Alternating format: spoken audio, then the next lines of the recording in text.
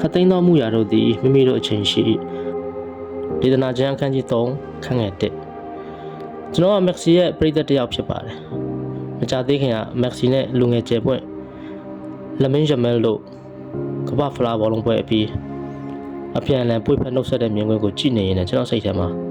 အတွေးများစွာဝင်လာခဲ့ပါတယ်ကမ္ဘာဖလားဘောလုံးပွဲကြီးပြီးဆုံးသွားပြီမဲ့လည်းအဲ့ဒီအချိန်တစ်ပြိုင်နက်တည်းမှာပဲကျွန်တော်နေထိုင်တဲ့ကမ္ဘာမြေကြီးရဲ့ generation ကတစ်ဆက်ပြောင်းလဲသွားပြီဆိုတော့ကျွန်တော်တို့မျက်ဝါးထင်ထင်တွေ့မြင်ရမှာပါမက်ဆီနဲ့လမင်းရမဲလို့နှုတ်ဆက်နေတာဟာမျိုးဆက်တစ်ခုကနေနောက်မျိုးဆက်တစ်ခုကိုလက်ဆင့်ကမ်းပေးနေရလို့ကျွန်တော်ခံစားရပါတယ်အချိန်ဟာလူတိုင်းအတွက်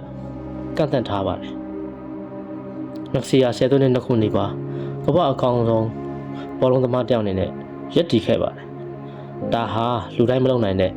သမိုင်းတစ်ခုဖြစ်ပါတယ်ဒါပေမဲ့ဘလောက်ပဲကြီးကျယ်ခမ်းနားတဲ့သူဖြစ်နေပါစေလူတိုင်းရဲ့အချိန်က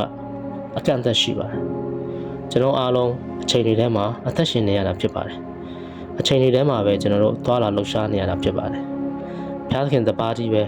အချိန်တွေရဲ့အထက်မှာအချိန်တွေရဲ့အပြင်ဘက်မှာအကန့်အသတ်မရှိထာဝရအဆိုးဆန်တဲ့တဆူကြီးသောဖျားဖြစ်ပါတယ်ကျွန်တော်လူသားတွေကတော့အချိန်တစ်ခဏသာအသက်ရှင်နေရတဲ့သက်ရှိလူသားတွေဖြစ်ပါတယ်မက်ဆီကလူငယ်ရမဲကိုနှိမ့်ချစွာကြိုဆိုခဲ့တယ်လို့ကျွန်တော်လည်းကိုယ့်အချိန်ကိုသိရပါမယ်အချိန်တန်ရင်လူငယ်တွေကလေးတွေကိုနေရာပေးရပါမယ်ကိုယ့်ရဲ့အချိန်ကိုဝန်ခံတတ်ရပါမယ်အနောက်ဆုတ်တတ်ရပါမယ်ကိုသိနားလည်ထားတဲ့ပညာရက်တွေကိုဝေမျှပေးရမယ်လက်ဆင့်ကမ်းပေးရပါမယ်ဒါကရှုံးနေခြင်းမဟုတ်ပါဘူးဒါကနှိမ့်ချခြင်းလည်းမဟုတ်ပါဘူးရင့်ကျက်ခြင်းတည်ကြည်ခြင်းဖြစ်ပါတယ်တမန်ကျမ်းစာက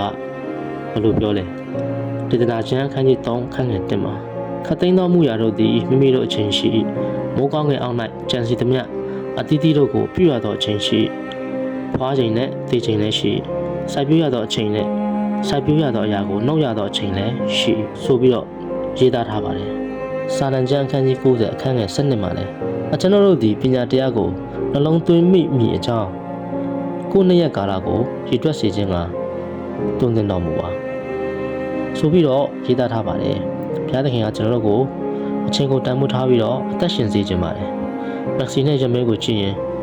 ကျွန်တော်တောင်းရင်ကရမိတာကဘလောက်ပဲအောင်မြင်နေပါစေဘလောက်ပဲကြော်ကြားနေတဲ့ပုံကိုဖြစ်နေပါစေအချိန်တန်ရင်တော့နေရာဖယ်ပေးရပါတယ်နောက်ဆုတ်ပေးရပါတယ်ဒီနေ့မှာကျွန်တော်လည်းယာထုတွေကိုထားခဲ့ရမယ်ရွှေတွေငွေတွေကိုထားခဲ့ရမယ်နာမည်ကြော်ကြားမှုအားလုံးကိုထားခဲ့ရမယ်ကပ္ပဦးကျမ်းခန်းကြီး3ခန်းငယ်19တင်သည်မြေမုတ်ဖြစ်မြေမုတ်တို့ပြန်ရလိမ့်မယ်ဒါကြောင့်ကိုယ့်အချိန်ကိုတန်ဖိုးထားကြပါကိုယ့်အချိန်မှာအကောင်းဆုံးအသက်ရှင်ကြပါလူငယ်မျိုးဆက်တွေကိုလက်ဆင့်ကမ်းပြီးတော့ကြိုဆိုပေးပါဖျားခင်ပေးထားတဲ့နေ့ရက်တွေအသက်တာတွေကိုအတိတ်ပဲရှိရှိအသုံးပြုပါအောင်မြင်ခြင်းကခဏပါပဲဒါပေမဲ့ဘုရားသခင်အတွက်အသက်ရှင်တဲ့အသက်တာကတော့ထာဝရကာလထိအကျိုးရှိပါတယ်